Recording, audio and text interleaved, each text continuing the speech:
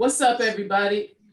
Welcome to another episode of the Sister Time Podcast. I am Chanel Latrice. I'm Sharice. Siobhan.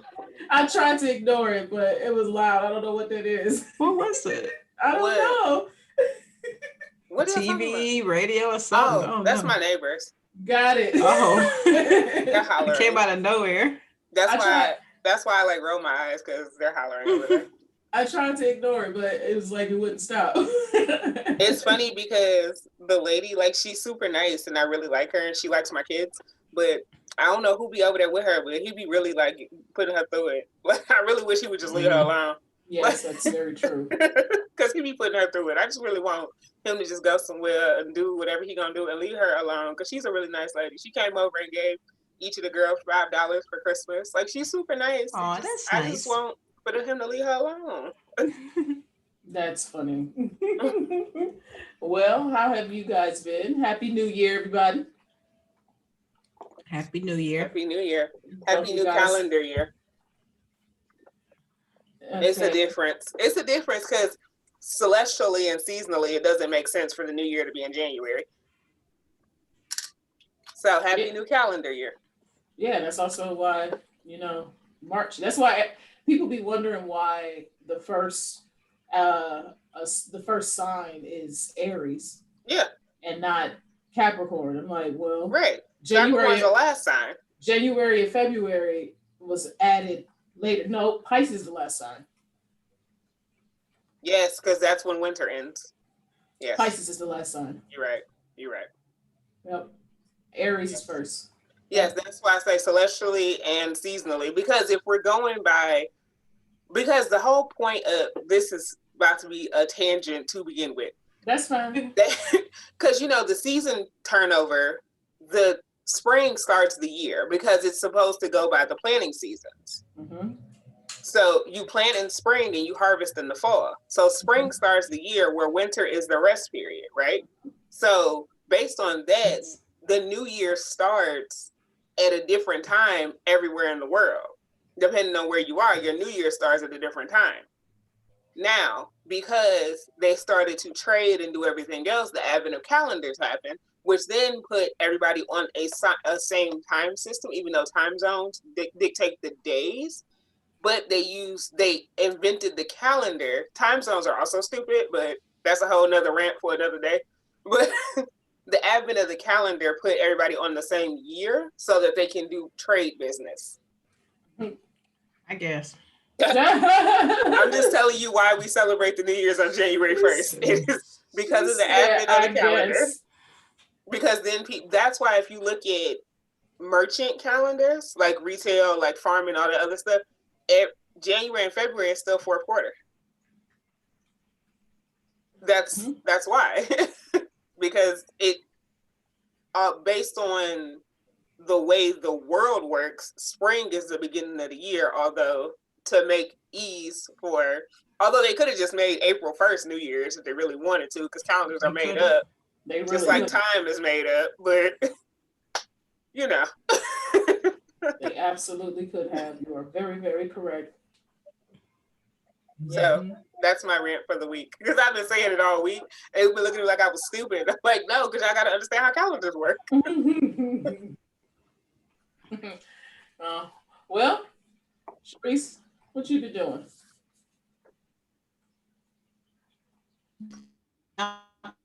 We did the skating thing yesterday, which is pretty fun. But that's about it. Now it's time to get the photos. New year. Well, whatever you want to call it.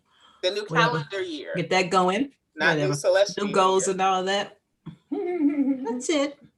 Because there's been a lot of like partying, hanging out, not doing real work. It's been just a lot. So it's time to get back focused. Man. All I've been doing is real work. I ain't did shit fun. I mean. Here, these last 2 weeks. Whew. Yeah, it's got me off a little bit. I mean, I've been working less because of the holidays, but I ain't been nowhere. I've been in my house. So I understand. It's like eating trash. Oh, it's time to get all that back in order. Now that, yes. Now my diet has been garbage because that's how it gets around the holiday. We've been baking cookies. We've been making gingerbread houses. We've been doing all kinds of stuff. The diet around here has been garbage. all the quick fix food to all the alcohol to all the sweet. It's just yeah. My body like, hey, miss. Yes. Time to. Yes, because yesterday I was all out of whack yesterday. I was like, no, my throat hurts, my body's tired. I got to get my life back together. Yeah, so that's starting this week. Getting some good groceries, actually cooking. Yeah. I need a good night's sleep. That's what the heck I need. That too. A really good night's sleep. I mean, this past week, I mean, y'all already know that I've always had issues sleeping. Yeah, that's nothing new. But this past week has been the worst. There has been multiple days in the last 7 days where I have been up past 3:00 in the morning. Multiple. See, and then I'm waking up at 9, 8. Like the latest is 10. See, for me, it's like I'm trying to do all of my work while the kids are asleep. So, 8, 9 o'clock, I'm starting, and then I'll doze off and wake up at 2 in the morning, and then be up till like 4 or 5, and then doze off and up at 7 because I got to do school stuff, and kids don't sleep. So Trader said he's like, why are you sending me stuff at he said the butt crack of dawn. Yeah. Because he looked at his email saying I had to send him emails at 4:00 in the morning. And I'm like, that's not me waking up. That's me not being asleep yet. Right. And so you just start doing stuff. I'm like, I'm up. Might as well work. Right. That's the same thing I do. It's in between working and watching Will and Grace. No, I'm rewatching the old one first before I go in, because I didn't watch most of the new one. I watched the first couple episodes, but it's because I'm doing this other podcast, the reality show podcast. I watch sitcoms that I like to give me a break from the reality TV. Because it gets to be a lot. Like we just did Indian Matchmaker and 60 Days In, so I watched those two back to back, and I was just like, I need a second before I go into the next one. That's right. That's a lot. I'm a reality TV junkie, and that's a lot of reality TV to be watching. It is. Yeah, I don't know if I can do it. It's like I'd take a break with sitcoms. Like I was watching the supercuts of The Office over the weekend. Because Peacock has the extended episodes of The Office with all the deleted scenes in them.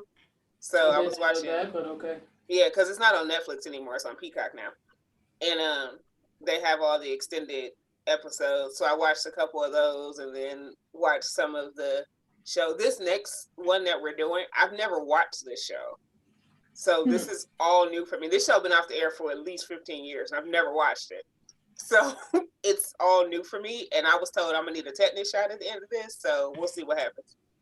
A tetanus shot. Okay. It's Rock of Love. We're watching. I was just about to say Bret Michaels. Yeah. I was just getting ready to say that. I've never watched Rock of Love, so here we go. We'll see what happens. I never watched it either. I didn't care. I don't think I did either. I know I did. I knew about it. Because Rock of Love was on the same time as the last season, not the last season, because I don't think I ever saw the last season of Flavor of Love, but Charm School was on at the same time Rock of Love was on, so I know I wasn't watching Rock of Love. They all overlapped. I really don't remember between Charm School, Rock of Love, Flavor of Love. I only remember that because I just recently rewatched Charm School. That's the only reason why I remember. And then I Love Money and all of that. I'm like, I never watched that either. I didn't watch it, but I knew about it. I knew about it, but I never watched it. But I remember they all got canceled at the same time because of Megan Wants a Millionaire. And one of the guys on there was like wanted for Megan. She was on Rock of Love, and they gave her her own show. Oh, okay. And they were doing a show, Megan Wants a Millionaire. And then they found out one of the guys on there had killed his wife, and he was wanted, and then ended up killing himself. And that's what killed all those shows. What? Yeah, so while he was just before he got on the show, he killed his wife. Sheesh. And he went to the show.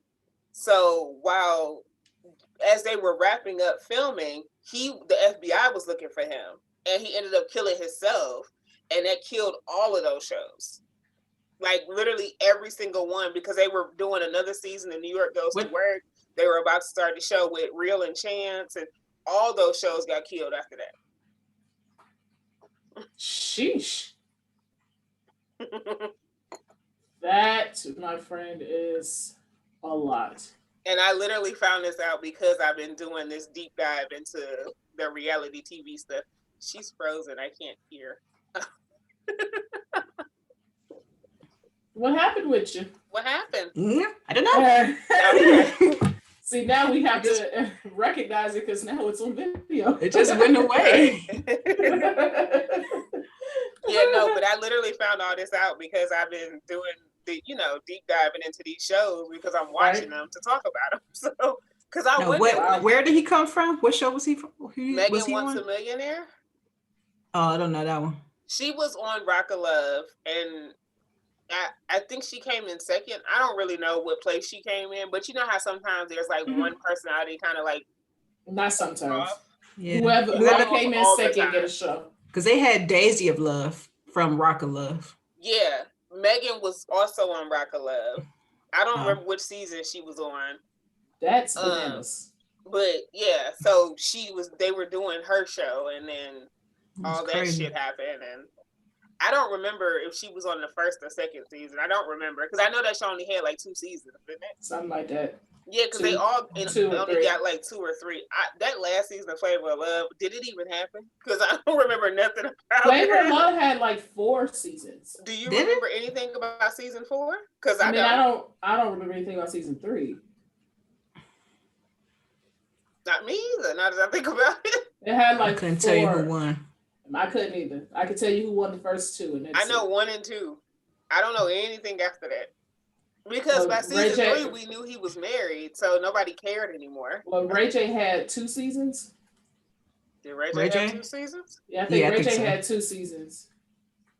I only remember 1. He had 2 seasons. I only remember the one that the lady he kept calling Miss Berry won, which I hated that he called her that. That was second season. Oh, I don't remember shit about the first one. Yeah. Wow.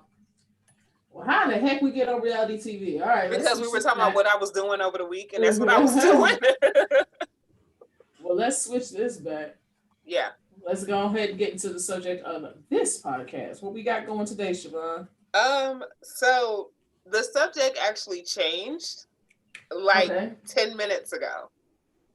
Right. So had y'all heard the Trump tapes, right?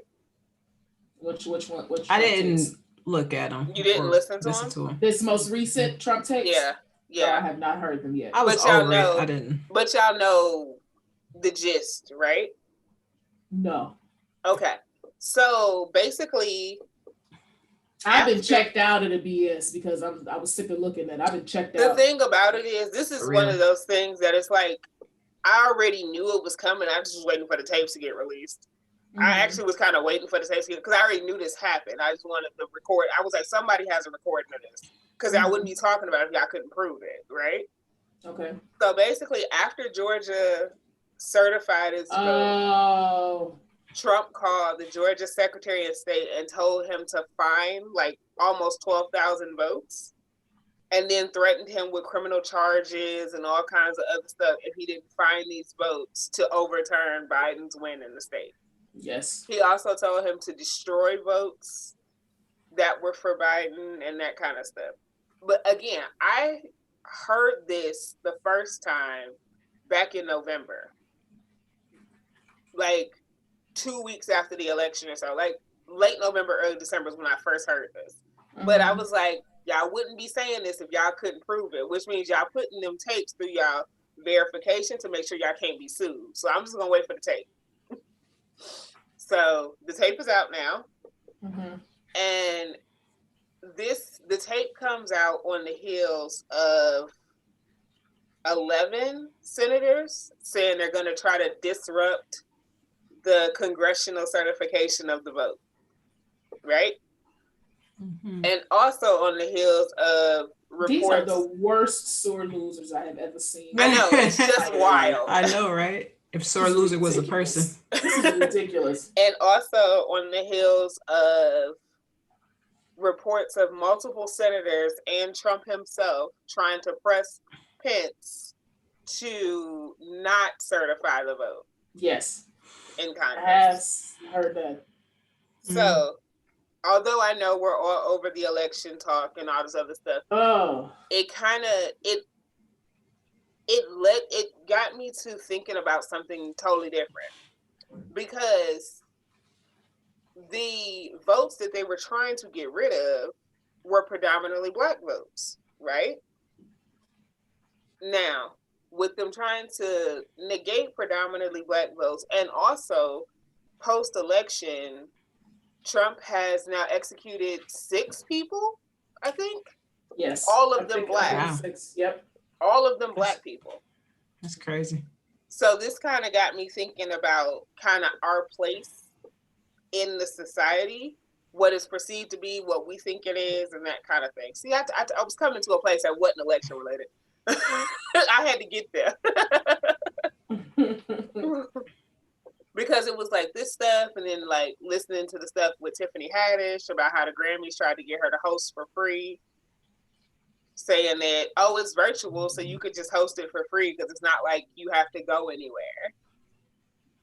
And we know they wouldn't ask her white counterparts to do the same. So this kind of got me thinking about what is our place as Black people in this society, and you know, kind of how, not only how we perceive it, but how we think, how, not just how we perceive it, but also what it, like how it really stands, and how we may hold more power than we know.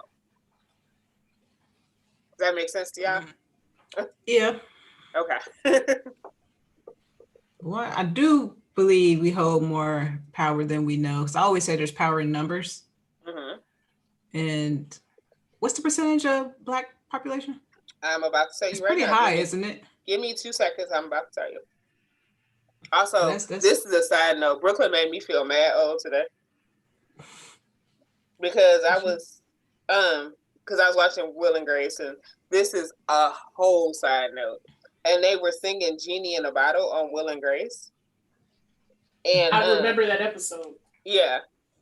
And she was like, wait, isn't this show old? And I was like, yes, it is. She said, so why are they singing Dove Cameron's song? I was like, wait a minute. Who was exactly. That? Dove Cameron? That little girl from Descendants. I was like, this is Christina Aguilera. You better put some respect. She was like, no, it's Dove Cameron. I was like, that's the Kids Bop version. It's not Dove Cameron. What the heck? Now, old in a minute. Hold on.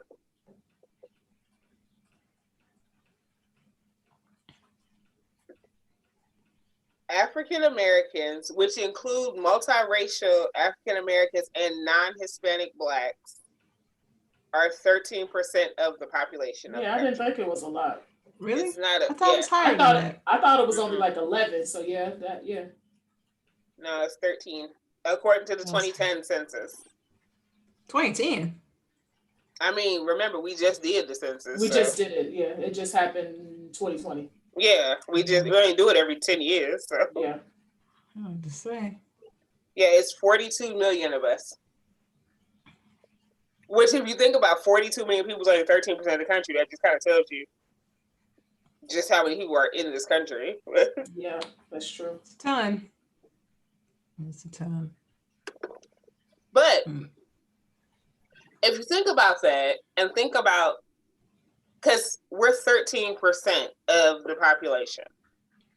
Now, we're not going to get into prison statistics and all of that, because that's a whole nother thing. But if 13% is 42 million people, that is multiracial Black people, because, you know, I don't really like the term African American, because I feel like that's just a generalization that shouldn't be applied to all people, because that's a way to quantify my American, and I don't think that is necessary. That's just me.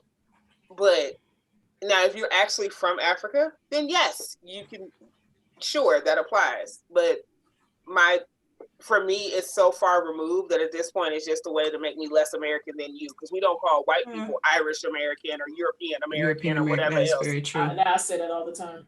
Yeah. Like, they don't have to quantify their American, so I shouldn't either. If anybody should just be American, it should be the indigenous people, not You know what I'm saying? So everybody else's Americans should be quantified except for indigenous people. But since white people don't have to quantify theirs, I don't have to quantify mine. So 42 million multiracial blacks and non-Hispanic blacks, right? Mm-hmm. That's not counting the Afro-Latina people. That's not counting anybody else in the diaspora. That is multiracial, I guess you could say full-blooded blacks. I don't know. That might have been a very ignorant way to say that, but I couldn't think of nothing else. And non-Hispanic. I think the best, safest way to say that would be basically Black Americans, multiracial blacks, and the black people that have ancestry to Africa but have been totally removed from it for one reason or another. Descendants of slaves. Correct. There we go. Because you said it was a mouthful. Yeah, it was right though. I don't necessarily like to say that either because that's a whole other thing, but we'll just say that for this particular purpose. Descendants of slaves, multiracial blacks, and non-Hispanic identifying black people. Because there are some people from like the Dominican Republic and from other places that don't identify as Hispanic. So just those three categories of black people make up 13%, which is 42 million people. If all 42 million of us got on the same accord, think about the difference that could be made. I was just thinking that'll never happen, but it's just because you can't get 42 million of anybody to think 100% the same way. You know what? That'd be like sometimes. And don't get me wrong. I definitely think that black people can be more unified than we currently are, because we definitely are consistent as a whole and on the more generalized level. We're crabs in a bucket, and that's not a real thing. Hold on. Go ahead. Not a real thing? Crabs in a barrel is a fallacy, and this is why. Because when you say crabs in a barrel, you're talking about the image of crabs pulling down other crabs, but they're in an unnatural situation. Crabs don't naturally live in barrels. Therefore, of course, their behavior is going to be unnatural because they don't naturally live that way. But that's why I always say to apply that to the way black people interact, because the black experience in this country has never been a natural experience. Therefore, you're putting us in an unnatural state, which is consistent trauma, and then expecting a natural response to it. It just doesn't work. But I feel like that's exactly why crabs in the barrel should work, because we are consistently in an unnatural state, which is why we're always fighting each other. But people say that without recognizing the fact that we are consistently in an unnatural state of trauma. Okay, well, I understand that. And that's what I mean. That's why I use that, because I understand that we are in a state that we are constantly fighting each other, because there's only two people that's going to be able to get out of this ghetto. So we going to all have to fight to get out. Fight each other to get out. You know what I'm saying? Yeah. I done forgot where I was going with it, but sorry. We're talking about uniting. Because I don't like that. Oh, okay. So I do believe that we should unite. Absolutely. I also feel sometimes people put this unrealistic expectation on black people. It's like, why are we the only ones that everybody feel like that have to be on 100% the same accord? And if we're not, that means that we're not working together. There's nobody in this entire earth like that. Nobody. Well, I think we are expected to do that though. No, I don't think 100, maybe like 30 or 40 or something. I feel like other people are at least 40. That's the 30 and 40 is still 40% of. But to be honest, 30 and 40 is still high. It is. If you look at the overall aspect of everything, 30 and 40 is still a very high percentage. That's a very high percentage of people to be of the exact same mindset. Right. But even with that, I think other people might be up there though. No, they're not. I don't think so. They're not. Because if that was, I really feel like if that was the case, if it was really that many, then we wouldn't constantly be talking about the top 1%. If it was that many white people like that, it'd be more than just the top 1%. Yep. They're not, that's not really. I think sometimes that it's just, percentage is a fallacy, but also if you think about just people that you know, like if you take the 10 people that you know, at least 4 of y'all gonna think the same on something, right? That's 40% of just the group that's in the room. You can get 15, 20, 30% of people that think the same way. It's just, are y'all in the same place to make a difference? Because in this country, if you really think about it, I guess she'll be back. Yeah, she'll come back at some point. If you think about it, in this country, and think about the way just because the way our democracy is set up, only a handful of states really make a difference. Right. You know what I'm saying? So it's like, it don't matter if 40% of Black people in New York think the same way, because New York is always going to vote that way. It don't matter if 40% of California votes this way, because California is always going to vote that way. It matters what the 40% in Ohio is doing, what the 40% in Georgia is doing, what and the Oklahoma, and Texas, Utah, and yes, absolutely. Those middle states, those flyover states, are what really matter. It's not definitely. It ain't got nothing to do with the coast necessarily. Not at all. Yeah, it matters that we're on the same court, but it also matters where you are. But then when you talk about that, it's like, what is the agenda? What is the agenda? What are we fighting for?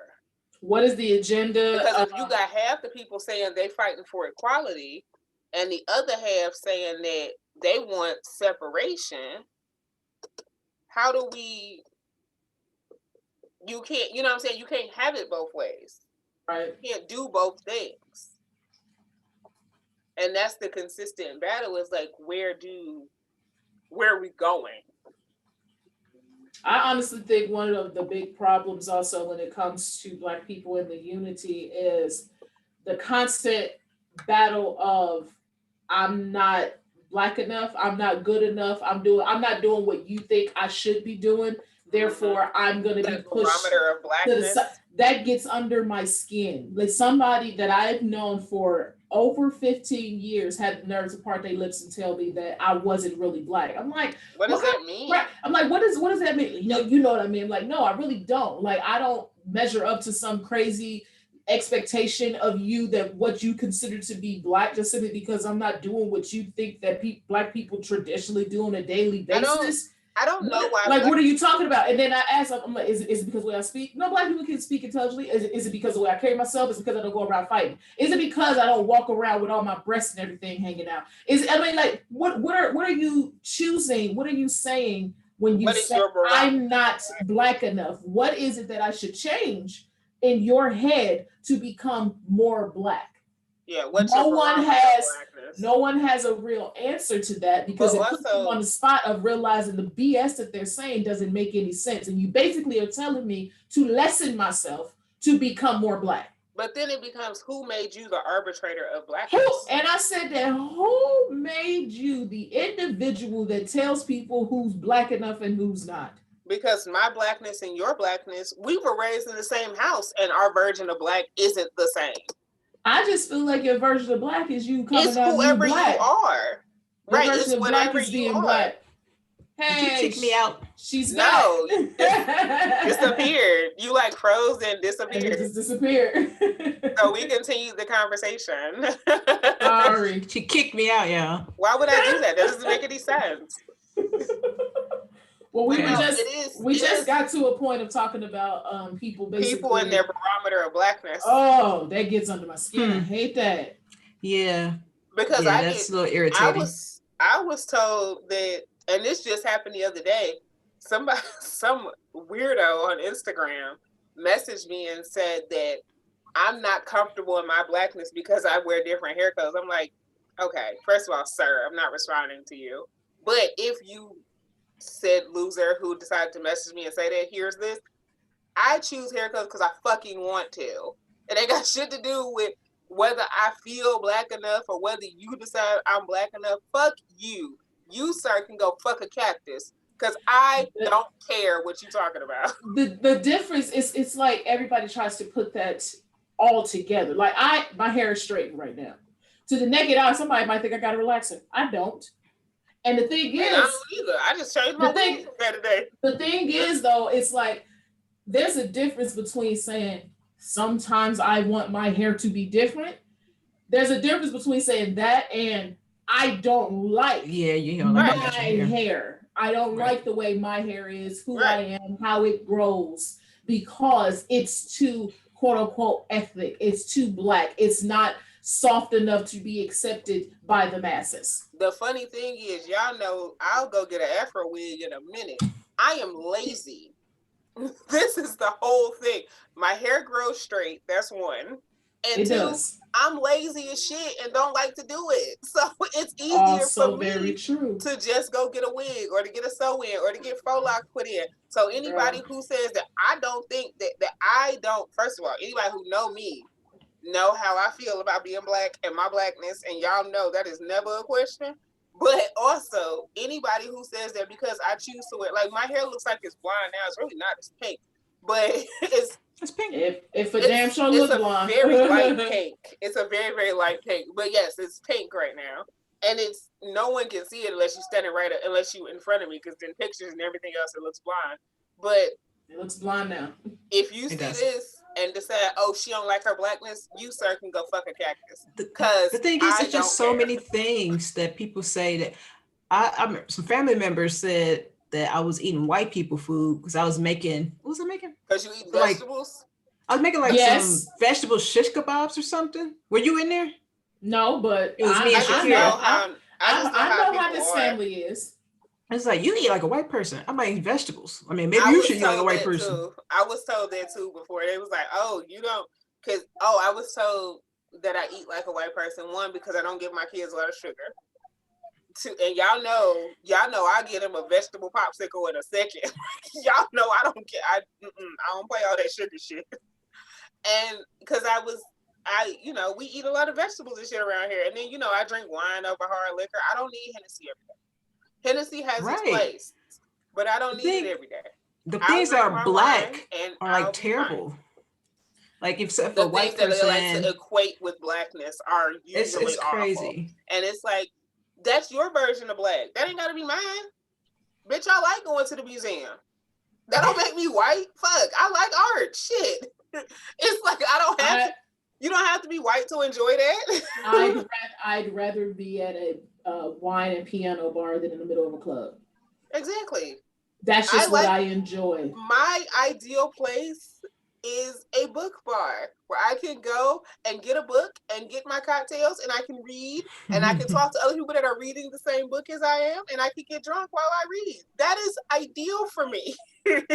I mean, it's very awful when you're trying to, especially being black, trying to do something different and like change your life and do things. I don't want to say that's good we're good for you, like internally and mentally, all that. They look at you funny. Like people don't understand how damaging that is to black children, because I grew up really questioning my blackness because, we weren't allowed to speak Ebonics in the house. Mama told us, you got to speak proper English. She will stop the whole conversation. You'll stop the whole conversation and correct us. We weren't allowed to have bad grammar in the house and all that. I do that to the kids now. I'm like, Right.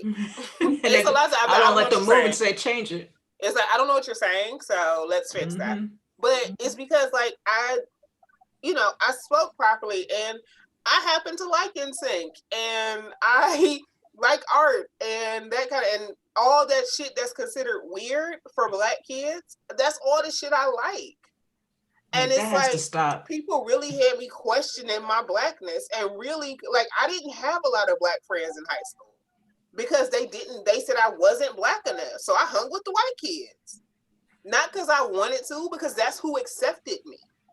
Yeah, I get it. So it's like, people really don't understand how damaging that is to black kids growing up and trying to discover themselves because you think something's wrong with you because like in high school, because I was a huge NSYNC fan. Y'all know that. I would go to an NSYNC concert before any rap concert. But people act like I wasn't black enough because I wanted to go see Justin and them. God damn it, I like the music. Like, it's like, it ain't got nothing to do with my blackness. I don't exclusively listen to rap music. Actually, half the rap music that was out in high school I didn't like anyway. I don't really listen to rap music now. Yeah, for real. It's just not my thing. I've been listening to the same artists since, like, the same rap artists forever. It's been these same people. Like, it's just not, I like it. It has its place, but I'm not I don't know. I like everything. Everything has its place. I was listening to Limp Bizkit yesterday. Like, because Break Stuff is a good song. Sometimes you just feel like you want to break some shit. Like it's never been like, this is white music and this is black music. Like, that's stupid to me. Music is music. Stupid. Just like good music is good music. Exactly. Just like there's no such thing as white activities or black activities. I was about to say that. Dumb. I like swimming. I like going rock climbing. I will go axe throwing. I went axe throwing not that long ago. I like all that stuff, but that was fun. I want to do that again. It's super fun. I've done it more than once. Yeah, people need to chill with what they say is black, because when you really hear what they say is black versus what's white, it's ridiculous. They kind of glorify that type of behavior. But what I always say, and I say this all the time, the same, what people talk about, what people do to gay kids, where it's like, you don't have to say anything particularly to that kid.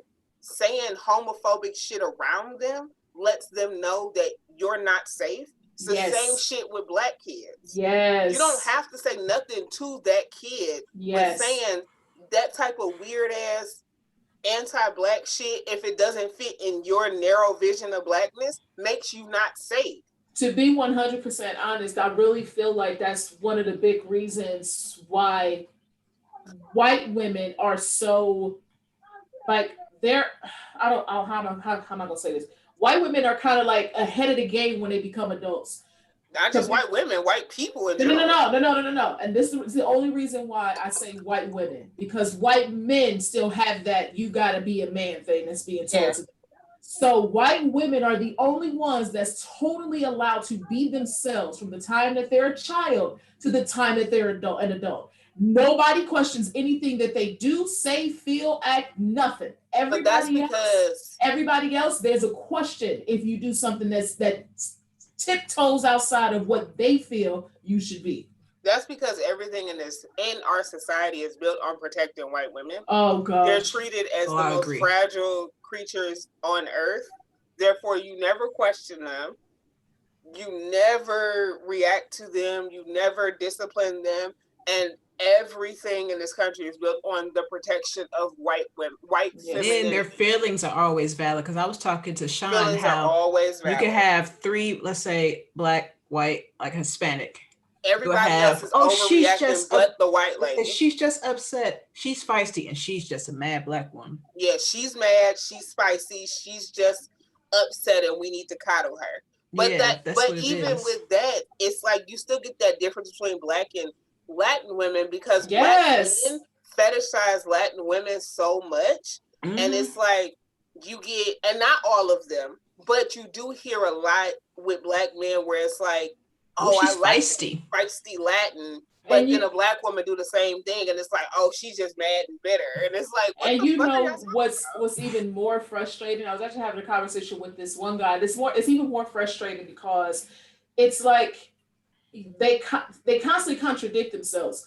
Like, I'm like, y'all wonder why we behave the way that we do, but because of the way you speak to us in private, but then when you get in public, you're worried about the way everybody else views you and what your views are. So now you change the way you actually feel, because when we're together, you have a totally different reaction to everything that I do. But since the masses say that I am not allowed to be upset unless I'm on my period or I'm bitter, that means if I have the nerve to get mad at whatever you said to me, then it has to be something wrong with me. I damn near slap somebody. Period, I dismiss your feelings. Damn near slap somebody when he parted his lips and asked me if I was on my period because I got mad at him. Is that time?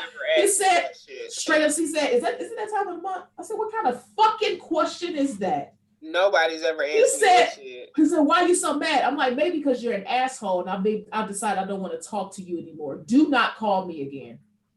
Oh, I've never been asked that. Somebody asked me that. Kill somebody. Somebody asked. I said, "I never want to speak to you again in my life." I would kill somebody. Don't try to dismiss the fact that you're an ass at what you just said by saying it has to be because I'm on my period. Right.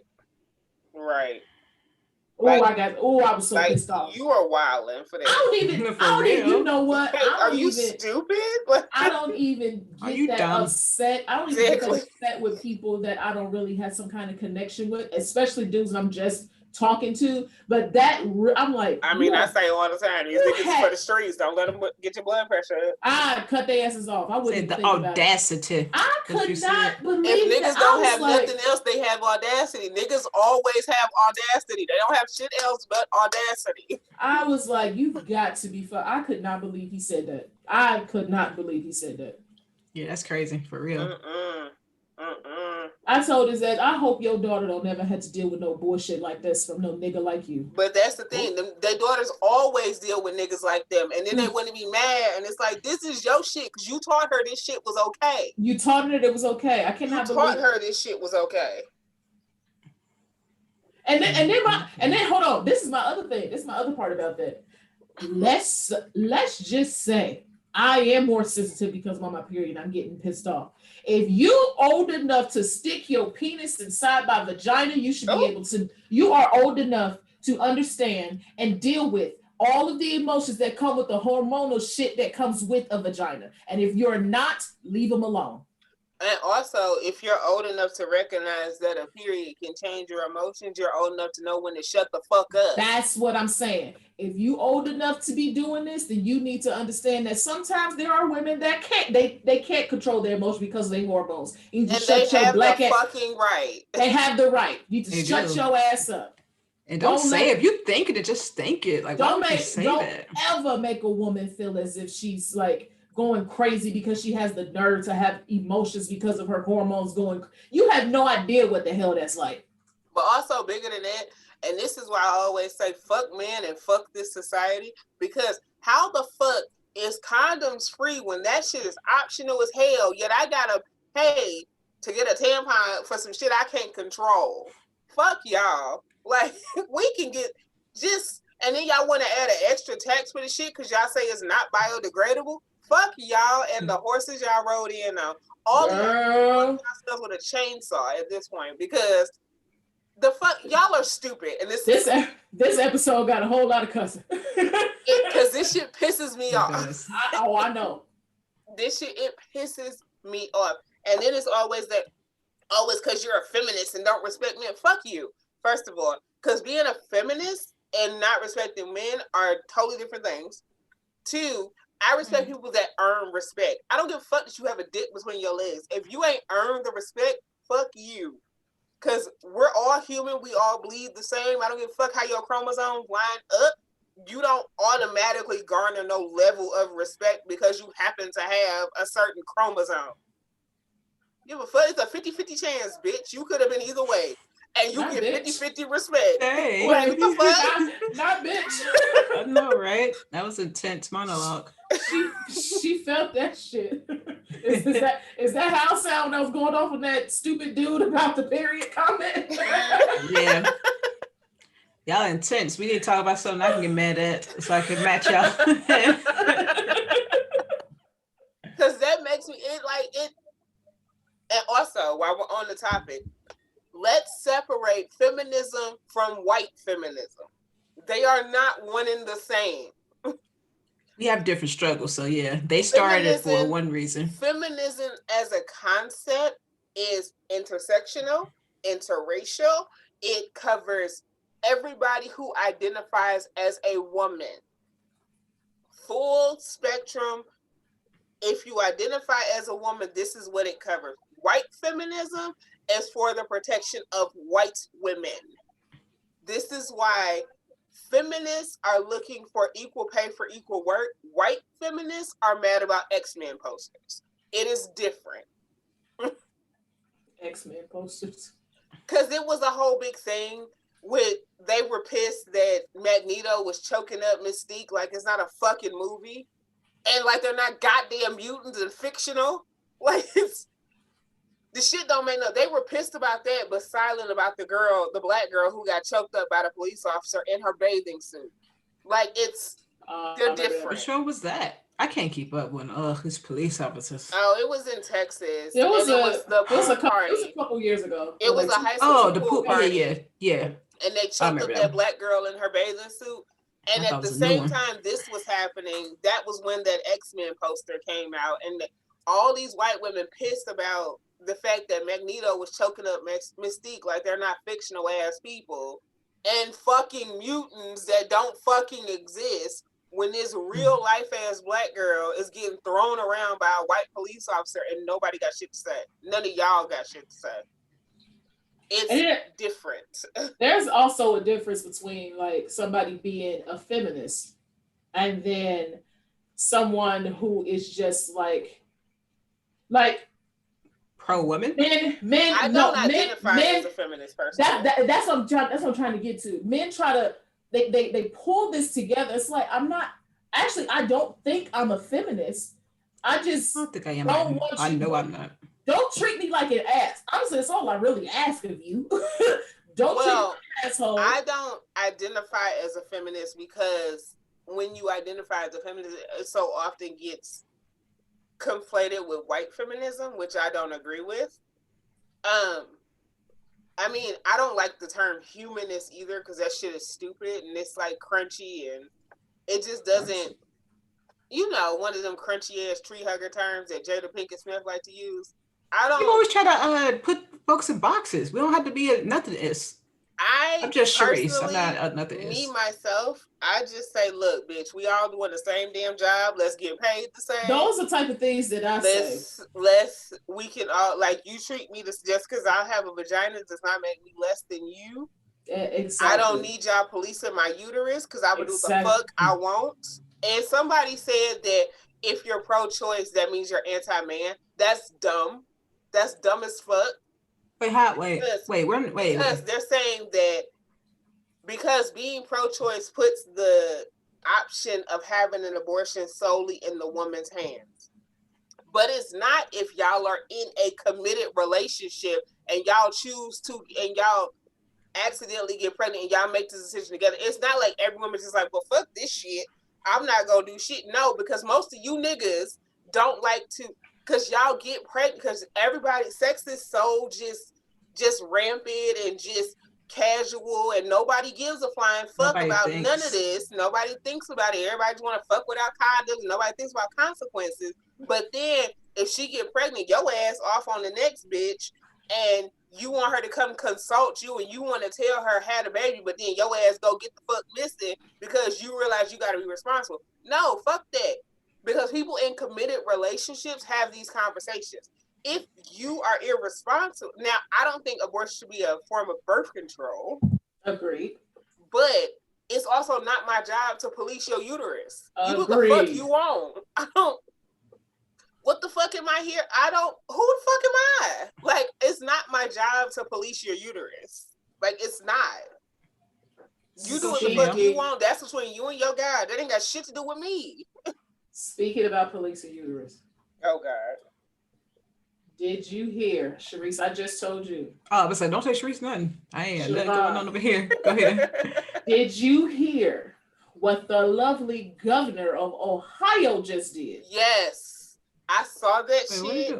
And I was like, this is some bullshit. When this fool said that he signed a bill that says that the woman having an abortion will be financially responsible for the burial of the fetus? Of remains of a fetus. That is the dumbest thing. And wait a minute. And if she does not, then she can be charged with a first-degree misdemeanor.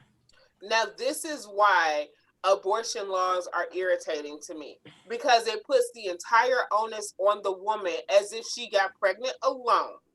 And two, as somebody who's had a miscarriages, abortions, that shit is traumatic. There's nothing about so now I had to bury it. That's not traumatic. Or cremate it. Whatever, because the thing is, people can get, like, there's this weird belief that a woman's body knows if she was raped or not. Therefore, if she was raped, she can't get pregnant. That's fucking stupid. Y'all are dumb, and this is why y'all never made a woman have an orgasm in her life. If she was raped, she can't get pregnant. If she was wet, she couldn't have been being raped. Right. If she had an orgasm, she could have been being raped. All of these things. It's like that shit's not true. It's like it's really dumb. Your natural body responses are exactly what they are. The moisture that comes, it comes one of two ways. Either yes, you are excited, or your vagina is trying to protect itself. Because that's irritating. Friction causes the moisture. The thing about it, if your jeans is too goddamn tight, you're going to get like friction causes it. Man. That's just how the fuck the vagina works. You fucking idiots. This is why y'all have never made a woman come. This is why, right here, because you bitches don't know how this shit work. Like, an abortion is traumatic, especially if it's a pregnancy through circumstances of incest, of rape, of molestation. That shit is traumatic. A miscarriage is traumatic. So to then turn around and say I have to live my trauma again while the man involved is 100% scot-free and not liable for this, that's some bullshit. And that goes to show you that it's not about, has nothing to do with actual birth control or anything like that. It's 100% about controlling women. I was about to say that. It sounds like just a controlling That's what all these laws are about. It's 100% about controlling women. It has nothing to do with any type of birth control, population control, or anything like that. It's controlling women. Laws in general, let's be 1000% honest. Laws in general are all about ensuring the people in power, i.e., straight white men, stay in power. Yep. That's what it's all about. Because if you look at the drug laws, they 100% target poor, minority people, because they don't go to these prep schools where these kids are snorting coke. They go to trading Adderall.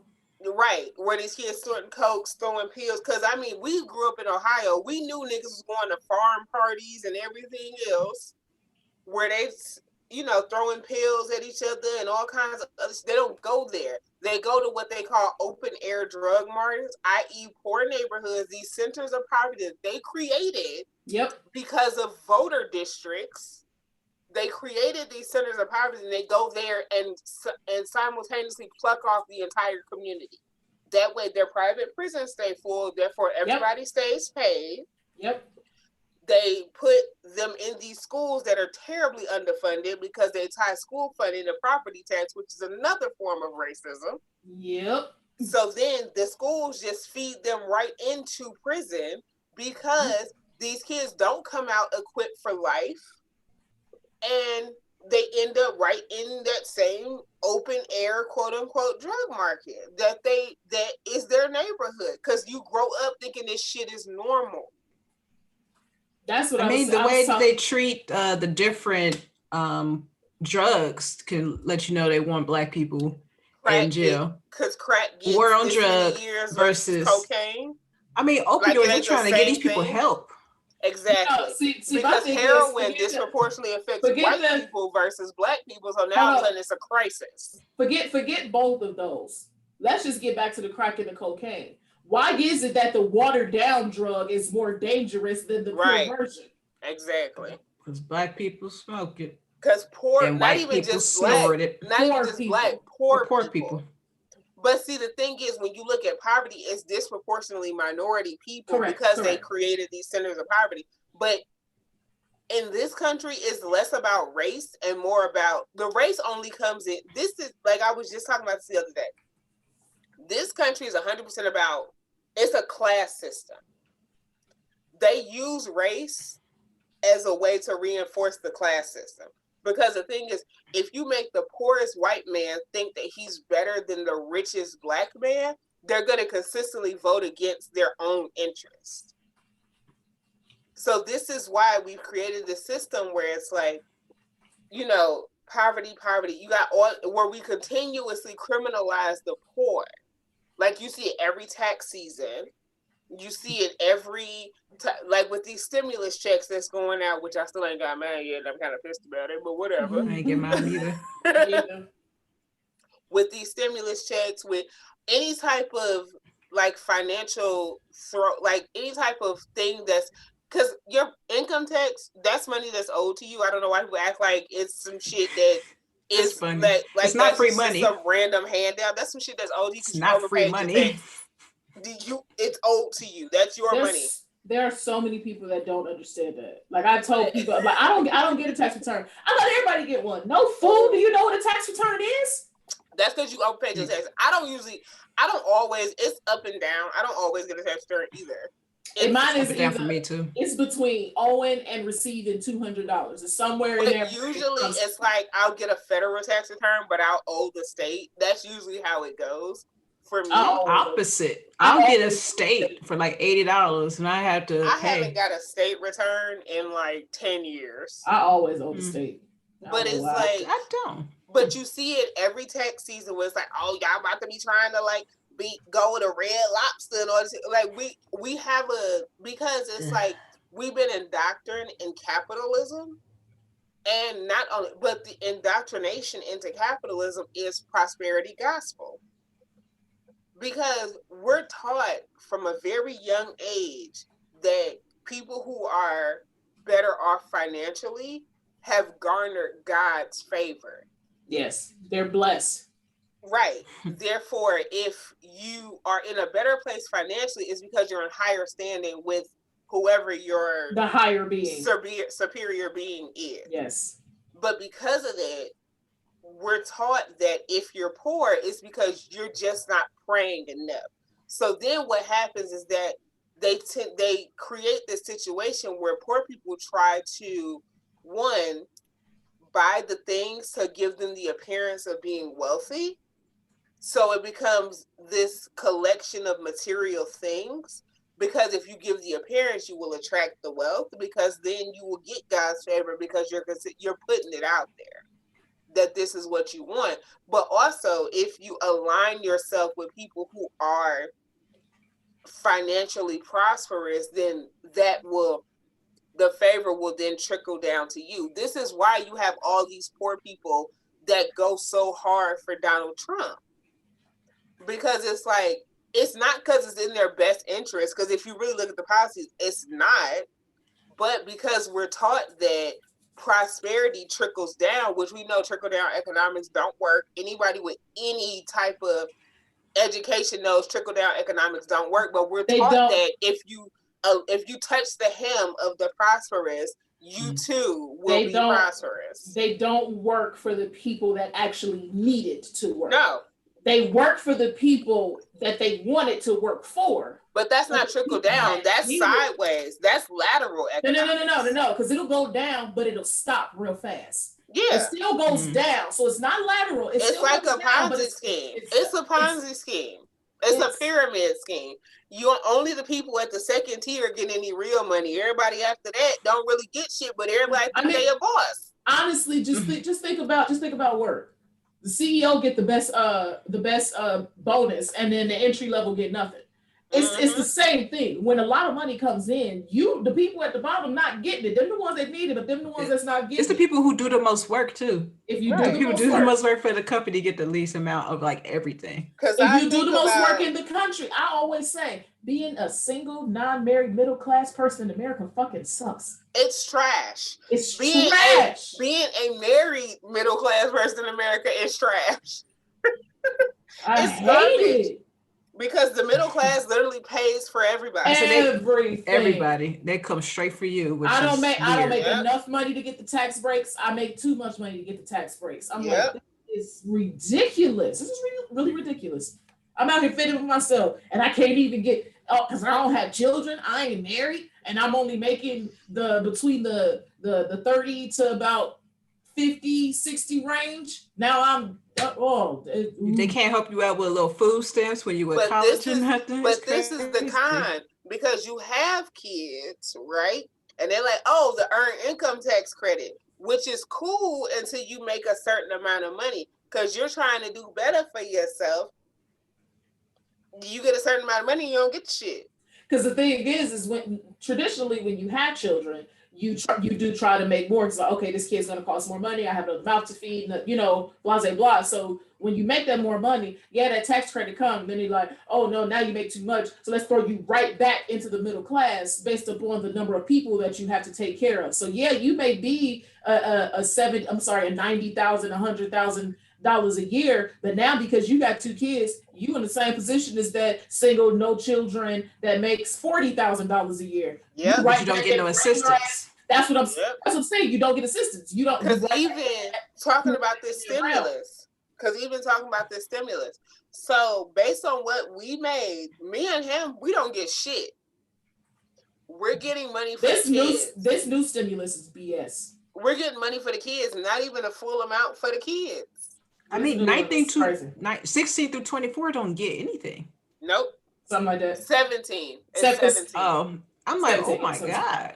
Like, what if you're, I don't know, like 21, you're just moving out? They need something too. There's certain qualifications, but it's very, very, very narrow. But even with the old stimulus, even with the first one, we didn't get, because with the $1,200 stimulus, okay, so for me and him, we got $500, but we got the full amount for the kids. This time, we don't even get the full amount for the kids, and me and him don't get shit. I mean, the first one was BS, but this is even more BS because my thing is, since the max is half of what it used to be, it doesn't take as much time to deplenish the $600 as you're moving up and how much money you make, and that's what the problem is. Also, if we talk about the stimulus bill, right? Because I said this to somebody and they looked like I was crazy. They just passed a $900 million stimulus bill, right? Mm-hmm. To give every single person who qualifies in this country $600. That's every kid who qualifies, every adult who qualifies. Giving them $600, like $200 million. Where the fuck is the rest of the money going? No, because this is the thing. If you include everybody, it's nowhere near the full stimulus. If you include every single person in babies, this country, it's still only nowhere $150 million. It's ridiculous. Because I did the math. Where's all this money going? $450 million to give every single person in this country $600. That's crazy. I didn't even know that. Excuse me. All this is even and if you just give the people who qualify on these very narrow qualifications for this stimulus bill, that's $200 million. That means $700 million is going to businesses. The NFL gets a stimulus. The NBA gets a stimulus. Why? Hold on. Wait a minute. No. It's considered a non-profits. They're non-profits. Because they say they don't own none of that stuff. They don't own any of that stuff. If you think about it, they don't own any. They don't own as a non-profit. They don't own the team. All of the sports. Think about it. NFL, NBA, MLB, none of them own the team. Wait a minute, Sharice, because you are into sports. Who owns teams? Who owns stadiums? Yep. That's not the NBA don't own those teams. Crazy. There's people that need no money though. They're all considered nonprofits. They're all nonprofits. They're all listed as nonprofits. So they get business relief money? Yes. They need to go to these restaurants, these local businesses that we need. But that's just it. Who was that big ass? Oh, what the fuck? The Lakers got a big ass bailout the last time. Yep. And they end up sending it back, but they only sent it back because people found out about it. So like, let's be honest. Y'all gonna mess up the economy. Like, just help the people who actually need help, man. That don't make no sense. But in reality, if we really want to be honest, and people like Jeff Bezos, like fucking Bill Gates, like Warren, if the 1% paid their fair share of taxes, we would have enough of a surplus in this country to cover universal health care, universal basic income, but we wouldn't have to then put these weird ass regulations on the postal service, which now put them in debt, therefore they can't run the right way. We wouldn't have these problems if they actually tax the 1% properly. But when you got a president who said he paid $720 in taxes when he's a private sector millionaire, there's a problem. I pay more in taxes than the fucking president did. I paid more in federal taxes than he did. It's like if we really tax the one, because Jeff Bezos is, let me get the exact number because it's something astronomical. Well, how much is worth? Yes. I was looking at the different things that he does to make him not pay. Jeff Bezos is worth $183.6 billion. I was looking at the different stuff that he does. He does things like he hires old IRS workers to be his accountants. Yep. He like has a parent company that technically Amazon reports to. Is it that deep? And that's how he's getting around it. And it's almost honestly, it is the one thing that I can at least agree with Trump on. This shit shouldn't be going on. Like, but you can't get. Hold on. Wait a minute. Wait. I'm not saying he's right or wrong, but what I'm saying is, as an individual who did not have any, I'm not gonna say that because he's always had money. I feel like anybody that got money got a lot of pull when it comes to laws and stuff like that. But it's almost like you can't get mad at those people for using the loopholes that are in there. They're there. It's like I'm mad at Trade Global. You got a 6-point system and everybody knows when shit fall off and how to work it. And now you mad because they using the system against that's you. The thing. It's like you can't be mad at people for doing what you allow them to do. Exactly. But at the same time, it's like we gotta recognize that America is not a society, it is a corporation. Definitely. We have to recognize America for what it is. That is true. Because Jeff Bezos has enough money that he could wipe out the national debt of at least 5 countries, clear up every single American's medical bill, and still be just fine. More than fine. I think there needs to be a cap in this country. And let me tell you that. I think there needs to be a cap in the world. If people were taxed at a proper percentage, like once you hit $1 million, if you got a 10% tax per each million over the first, so if you got 2 million, you pay 10% of your taxes. 3 million, 20%. A 10% tax at each million over the first, we would have enough of a surplus in this country that we could afford for public health care to actually be public, for public housing to actually be something that is actually places people want to live, to actually have viable public housing, to have a universal basic income in which people can do what they want to do without the fear of being destitute.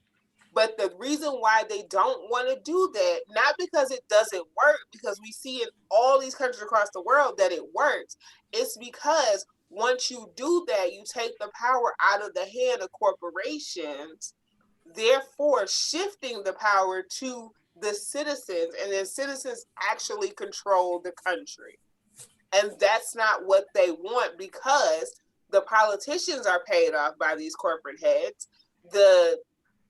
Everybody's bought off by these corporate heads. These corporate heads want to stay in power. The 1% is the 1% for a reason. Mm-hmm. Mm-hmm. Everybody wants to stay in power. So by doing that, if you shift that, if even just making that small shift to giving the power to the citizens, because if I could do what I wanted to do without the fear of being destitute, there's a lot of jobs I would have never taken. Exactly. Yeah. Because sometimes you take the job because it's like, fuck, I got to pay my bills. Yeah, just to take it, just to have some money in your pocket. But it's like, if with universal basic income, people don't have to do that. There's flaws in the system always, because you got those countries that go too far the other way, like Greece, that take 4-hour lunch breaks every day, and that's not feasible either. Like there's a way to make it work, but this country it's not about protecting the citizens. If this pandemic didn't teach us anything, it taught us that. Right. The country doesn't give a fuck about the citizens, it gives a fuck about the corporation. Everybody else is workers. Yep. You are replaceable cogs in the machine. Yes. Mm-hmm. Yes. Easily replaceable. Mm-hmm. Mm-mm.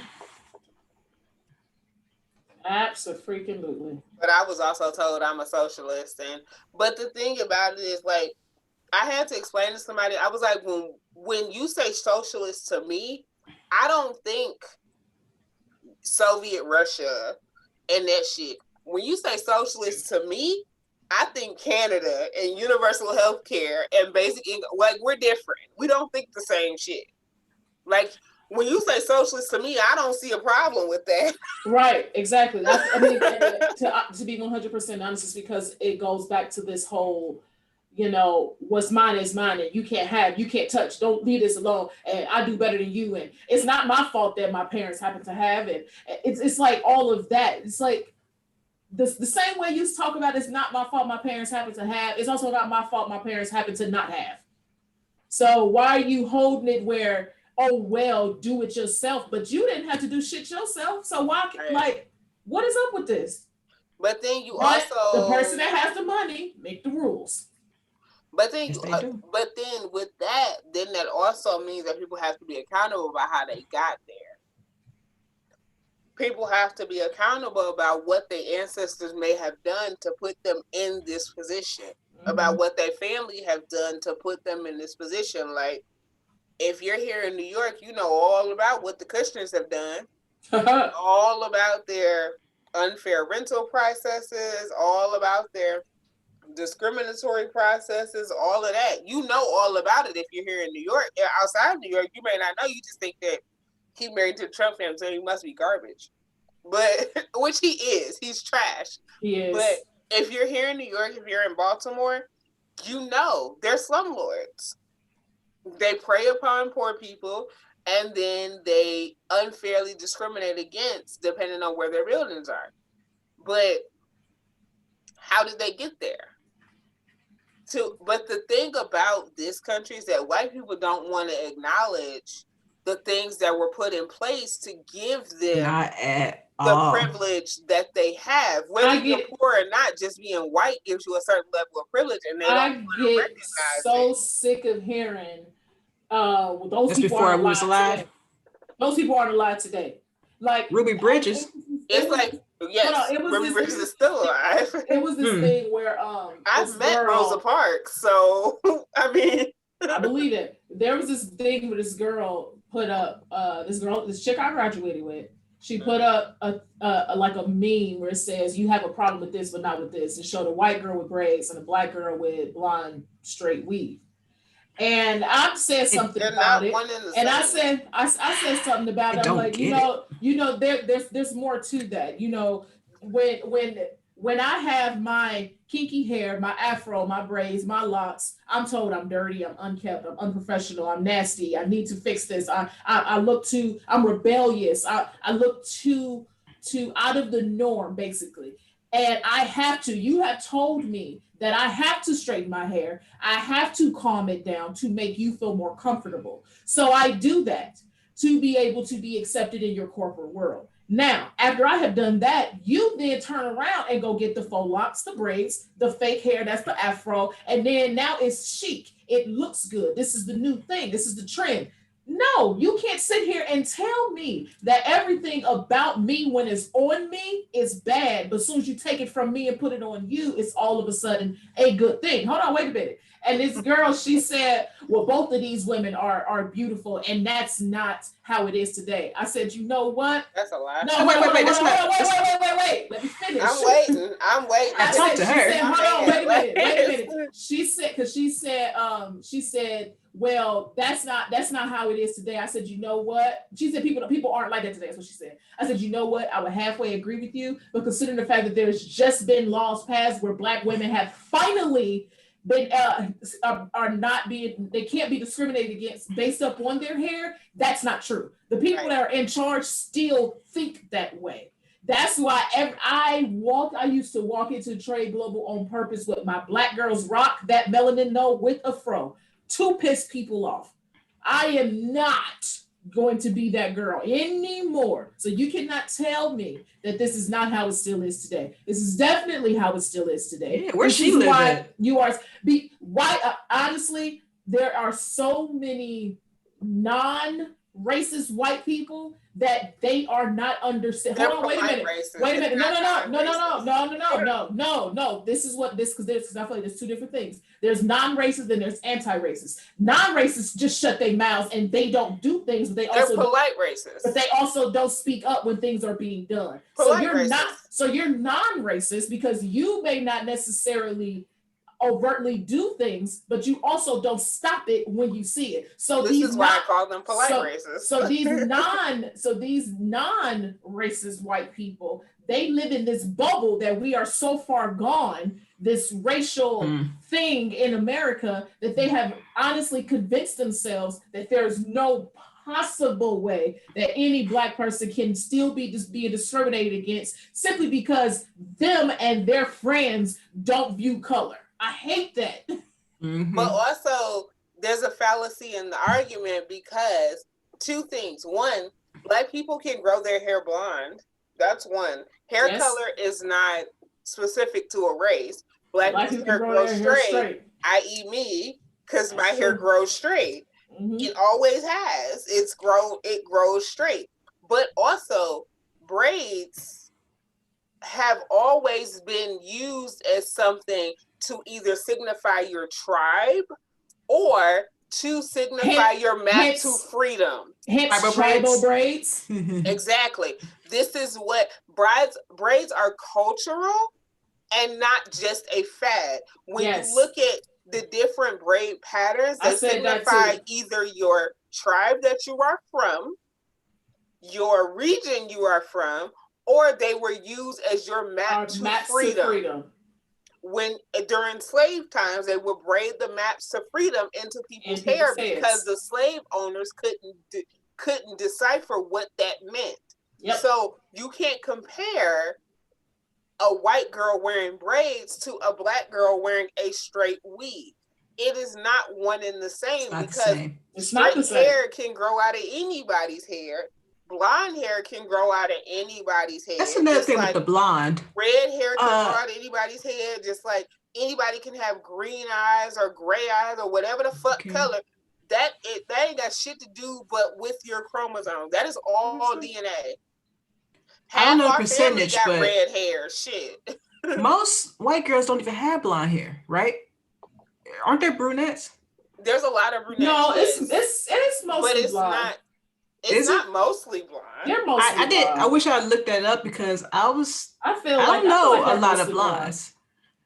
You see a lot of blondes. Naturally, I know a lot of them bleach their hair blonde. I should have looked that up, but I thought it was mostly brunettes. That's what I see mostly. But so only 2% of people in the world are natural blondes. I did look that up. I forgot. Yeah, because I was making an argument with somebody else talking about the blonde hair. Hold on, but that's everyone. Do just white people? Because you're right. About 1 in 20 Americans. Yeah, but that's still including everybody. It doesn't separate it by race. It just says blonde. That's I feel like that's the downfall. We'll never really know because the thing is, as a whole, blonde is way down the list. Because of all of the other, everybody else, genetically, blonde, blonde is not big in any other race. The thing about it is being blonde or having blue eyes are the actually natural things to have because it is because most people's eyes are brown or green and most people's hair is brown. Because to be 100% honest, those colors have to do with the absence of pigmentation. That's the thing. And that's why and when you have less pigmentation, most people who are blonde naturally and have blue eyes naturally come from places like Sweden, like from places like Russia, from Iceland, from those very, very, very cold, very northern, cold, very away from the equator, away from the equator. Yep. That's where most of those people come from. Mm-hmm. So it's not actually if you're in the United States, because of where we're situated, if you are a natural blonde with blue eyes, you are actually an anomaly. So the fact that that became the standard of beauty just shows you how whitewashed they really did. Because the Pilgrims weren't even blind. Because if you think about it, the Pilgrims came from Spain. They're all olive complected, brown or green eyes with dark hair. It's not and most of the British, brown hair, brown or green eyes. So this whole blonde hair, blue eyed all American, those are really the Nordic people who are not necessarily the majority. You would think it is by how people talk about it. Because they're from the furthest points north of the country. If you ask me, my personal opinion as to why they work so hard to do that is because they know that they are actually the minority in the world.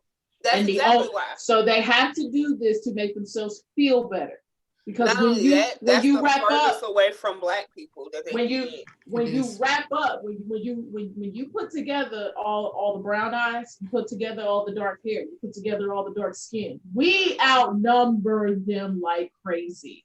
Because if you say the standard of beauty is brown hair, brown eyes, that includes us. And not only that, it takes out a bunch of them. Yep. When most of them are not natural blondes. They're not. They dye their hair to be blonde. I don't know the statistics, but I would say no. Yeah. They dye it. Because the lighter your hair, the lighter your eyes, the lighter your skin, it's all about the distance from the equator on one side or the other. Mm-hmm. Because you have to get to the coldest points because it all goes to the amount of melanin in your skin. Mm-hmm. So as you get closer, people get darker, hair gets darker, eyes get darker because you have more melanin, therefore you're producing more color. Mm-hmm. That's why it's like certain parts of Africa that you'll see blonde-haired Black people. Yep, you surely will. Because they're in the southern tips and the northern tips, not necessarily in the center. Same with you'll see blonde-haired Asian, like naturally blonde Asian people, depending on where they're born in the continent of Asia. You absolutely will. And if they're closer to Russia, they're blonde. They tend to be blonde. The funny thing about that, also Asians, they look at you like it's like if your hair ain't black, they like, what the fuck is wrong with you? Blonde hair Asians are treated like Black folks in America. They're like, yep. I cannot like you. They want you that. If you're in Asia, they want you to be black, jet black hair, jet black, very very fair skin. Like, cause you see all the time when you see those Asian girls doing their makeup tutorials where they like put that shit on their face to make them whiter. Yeah, because that's some self-hate. That European standard of beauty has definitely worked its way in, so they try to like get to that whiteness. But if you look at white people, most of them aren't like white.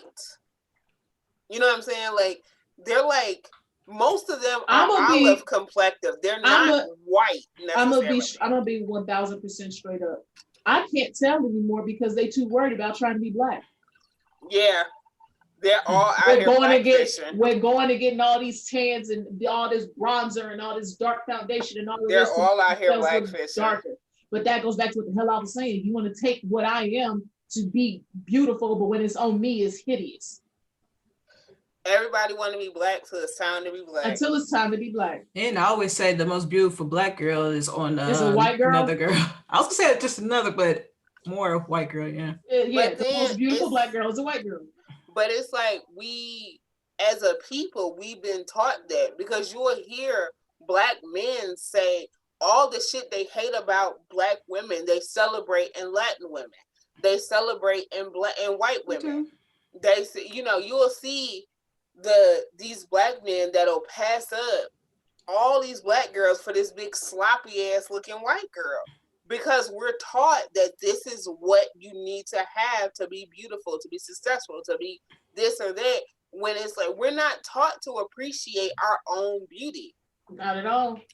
But on the other side, as Black people, we're taught that if you try to do anything outside of this very narrow box, you don't appreciate your want to be Blackness. Black. I like to have pink hair and blue hair and orange hair and all kinds of other shit. I tried to explain to somebody how I said I feel like Black men and Black women are raised to not date each other. Yep. And they're like, what do you mean? Like, we are raised to not date each other. Because if you create the divide, you consistently keep them from being on the same accord. We basically, and to be honest, I even said it even within the Black household, even if you're not necessarily doing it on purpose. I mean, unfortunately, and this it's also a lot of other deeper stuff, but unfortunately, there's a lot of single women that are raising children. Mm-hmm. So you are teaching two separate things to your male children. You're teaching your female children, you don't need a man because I did it. Look what I was able to take care of, and I didn't have him here for whatever the reason was, but I didn't have him here. It was just me, and I did it. So now you're teaching her independent. I don't need him. I don't need him. And then you're teaching this, that your son, even if you're not doing it on purpose, this is what women are supposed to do. I'm supposed to coddle and, because a lot of times, sons become mothers' boyfriends. And I don't mean that in a sexual way in any manner. But you see it all the time. It happens all the time. King, my this, you're the man of the house. And it's like, that shit is weird. That happens all the time. And then when they become that 15, 16, 17-year-old, and you still doing everything for him and not teaching him to do anything in how you want him, you're not teaching him to be the man that you want to date. You're still teaching him to be your son. And in that, but it's also they don't know what man they want to date. You are setting him up to go look for another mother because you're not teaching him how to be a man. You're teaching him how to be a son. But and you're not doing it on purpose. Those women don't know what type of man they want to date. And I understand that. That's what I'm saying. It's way deeper. They're raising him to be the man they want, but they're not raising him to be that man for anybody else. They're treating him. They're saying, they're telling him what they want in a man, but still treating him like a boy. But that's what I'm saying. They're raising him to be that man they want for them. See, this is what I'm saying. Not for anybody else. But this is why. Because that's why they do everything for them. That's why because they're creating a situation where they're that man for them, but they don't know how to be that man for anybody else. Because they'll raise these boys. These boys will go out and they get jobs. They take care of their mamas, but they don't know how to take care of their partners. Because they only know it's me and my mama against everybody. So they're raising their son to be that man for them, but they're not raising that boy to become a man for somebody else, therefore to go out and create his own family. Okay, I understand what you're saying now. Okay. Yeah, people when they get money, I'm like, I gotta take care of Mom Dukes. I'm like, all right.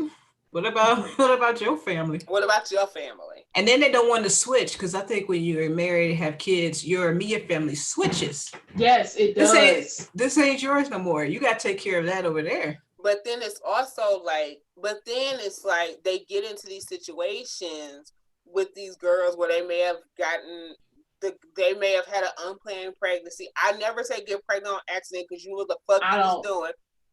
Y'all may have had an unplanned pregnancy or whatever the fuck else. And then mama come in and start making excuses for you because she trapped you. She did this, she did that. And I had to check mama on that. I was like, wait, you can't do that because he's a grown man. He know what the fuck he's doing. Because she started trying to do that shit with Trey. And I'm like, he's a grown ass man. He knows what he's doing. You don't need to jump in and try to make excuses for him because that don't serve him and that don't serve him being a responsible person in the world. So it's like they jump in, it's like, oh, well, that baby probably ain't yours or this, that, and that. Right. And they start making excuses for him doing dumb shit. Therefore, he continues to do dumb shit all through his life So he never grows past the point of adolescence. Therefore, he can't serve anybody else. And that she consistently is being needed because that's all she wants is to be needed by somebody. So because he can't get past this 15, 16-year-old that needs his mama, she's satisfied. He has somebody to do everything for him. And then he goes out, he has all these kids in the world who are then underserved, and then the cycle continues. Yeah. All that. Well, this got pretty deep, pretty long. Yeah, we about an hour and a half now. I think we should probably go ahead and end it here. Truly appreciate if you guys are still listening because this was a long episode. This was a long ass episode. I think some of these subjects hit a couple chords with a couple of us. I mean, I know I got pissed a couple times. I mean, I told like 3 or 4 people to go fuck a cactus. So we ain't gonna get on it before I get riled up again. Right, and be another half hour worth of rant and shit. All right, so thank you so much, everybody, for listening. We'll be back again. To everyone, Happy New Year. We are looking forward to it being better than what it was last year. If it was good for you last year, kudos. If it wasn't, it can only go up from here. Exactly. All right. We already hit the bottom, so we only can get better, right? Only going up. Thank you so much for listening. We shall see you all next week. Peace out. Bye.